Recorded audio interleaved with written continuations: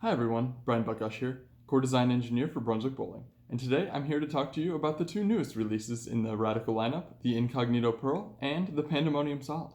And at the end, I have some personal words about my personal friend and legend Mo Pinnell. Let's take it to the intro.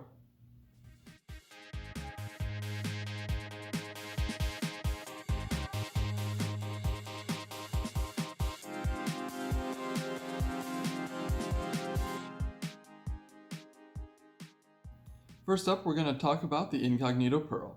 This ball contains the same great benchmark Incognito asymmetrical core that was found in the original. The undrilled numbers on that core are .053 total differential, which controls track flare, and .017 intermediate differential, which controls the response at the back of the lane. Despite the fact that this ball has a fairly respectable .017 undrilled intermediate differential, this core offers characteristics of great length because it retains axis rotation, and great response at the back of the lane without sacrificing continuation. Because of this, Mo considered this to be his benchmark asymmetrical ball core.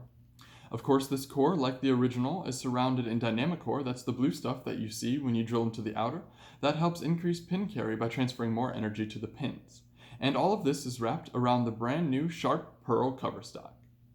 This pearlized version is sanded at 500, 1000, 1500 before being compounded on top, and that compound is a little more aggressive than a polish, so you're going to see good length, but not so much length that it skips the mid lane. This ball has good mid lane security and great continuation off the spot for a pearlized asymmetrical bowling ball.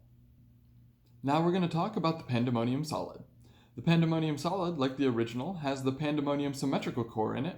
Undrilled, the number on that core is .053 total differential, just like the Incognitos, but unlike the Incognitos, this one is symmetrical, so no intermediate differential before you put holes in it.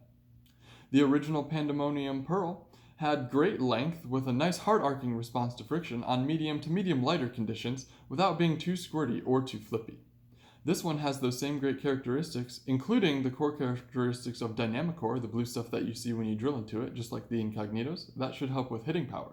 But the new thing here, of course, is the Forged Plus solid cover stock.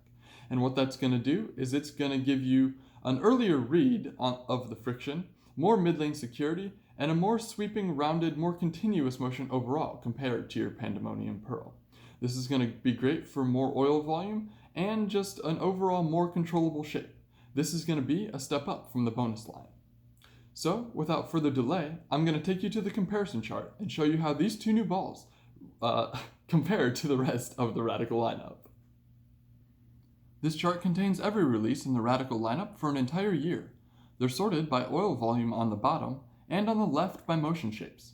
Pay attention to these motion shape categories because angular backend is in the middle on this chart to best separate the more asymmetrical shapes toward the top of the chart from the more symmetrical shapes toward the bottom of the chart. On my chart that we have here, the two newest releases are highlighted in yellow. Incognito Pearl is built to handle a medium-heavy amount of total oil volume and sits on the line between a late strong midlane and an angular backend motion. The biggest difference between this Incognito and the more skid-flip asymmetrical pearls, like the Results Plus and the Zing Pearl, is that this one is a little more secure in the mid lane, a little more continuous, and a little less sharp and responsive to friction. That makes this one a little bit more controllable for a pearl ball and a great readable asymmetrical pearl. I would say that this ball is at least 2 to 3 feet longer than a like-drilled Incognito Solid, and it's gonna let you open up the launch angle when the mids dry out without worrying about the ball getting too forward, because it's gonna get you through the fronts, through the mid lane where you see that new friction, and around the corner without worrying about it burning up. By comparison, the Pandemonium Solid has a similar amount of total hook to the Incognito Pearl, built to handle medium, heavy, and fresher patterns, but in a completely different way, making a completely different shape.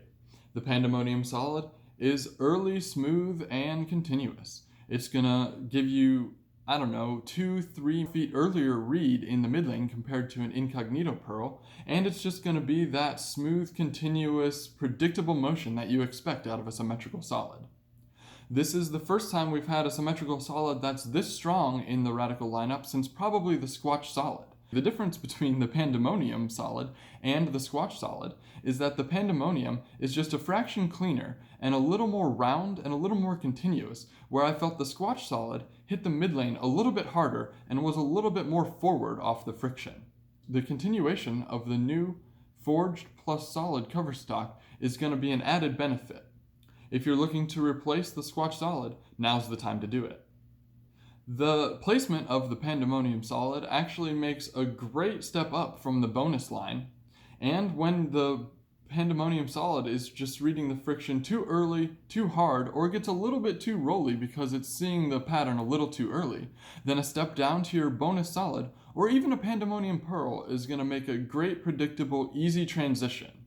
Likewise, because of the asymmetrical nature and the quick response of the Incognito Pearl, when that ball gets a little too responsive or your launch angles get a little too open because the cover is so sharp, then a step down to the Pandemonium Pearl or even a bonus Pearl to give you that same length but a more moderate controllable response to friction is going to be an easy transition to keep you striking.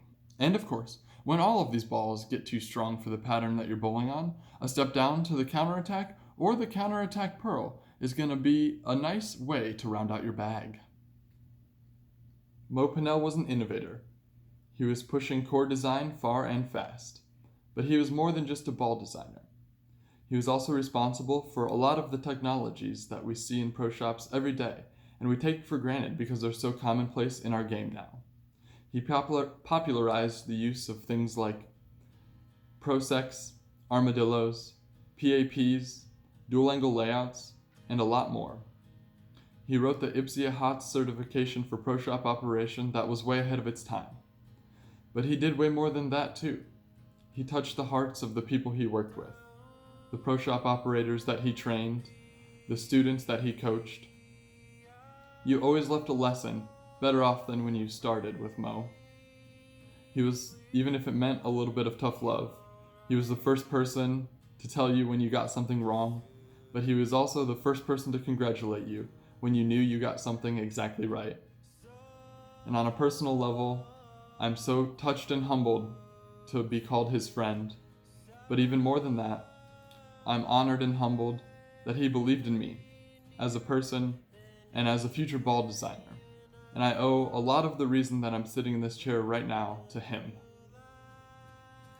Chuck Gardner, our Fearless Tour representative for the PBA, has a Bowl for Life Foundation that is building a scholarship for Mo Pinnell in his honor, in his name.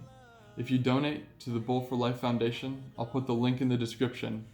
Chuck and his team are going to match 100% of the donations up to as much money as he can afford. 100%. So write a description for Mo and for his family. Tell him how you felt, how he touched you, how you remember him, and we'll match the proceeds for Bowl for Life. Bowling Science, his son Mikey Pinnell, have put together some jerseys in cooperation with CoolWick, link in the description as well, to commemorate Mo. If you are a friend of Mo's or a longtime fan of Radical Bowling, consider buying a commemorative jersey, and all of the Bowling Science portion of the proceeds of that jersey will also be donated to the Bowl for Life Scholarship Foundation in Mo's name. And CoolWick is also matching 20% of those donations on their end as well. So please consider that. When I was in high school and Mo was giving me a personal lesson, I was wearing a Wild Graphic t-shirt. He said, "Son, you've got to rock as hard as your shirt does." I'll always remember that. I'll always rock in your name.